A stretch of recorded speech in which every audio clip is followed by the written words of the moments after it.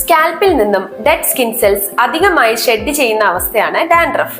എന്തൊക്കെയാണ് ഇതിന്റെ പ്രധാന കാരണങ്ങളെന്ന് നമുക്ക് നോക്കാം. 1. Fungal infection. 2.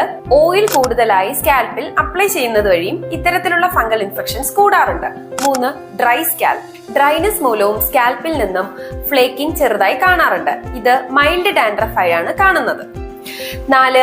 Shampoo, hair oil, hair gel ഇവയെല്ലാം നമ്മുടെ സ്കാൽപ്പിന് സ്യൂട്ട് ആവാത്തത് യൂസ് ചെയ്ത് കഴിഞ്ഞാലും ഡാൻഡ്രഫ് കാണാറുണ്ട്. 5. സ്ട്രെസ്, ലൈഫ് സ്റ്റൈൽ ചേഞ്ചസ് കാരണവും ഇത്തരത്തിൽ കാണാറുണ്ട്.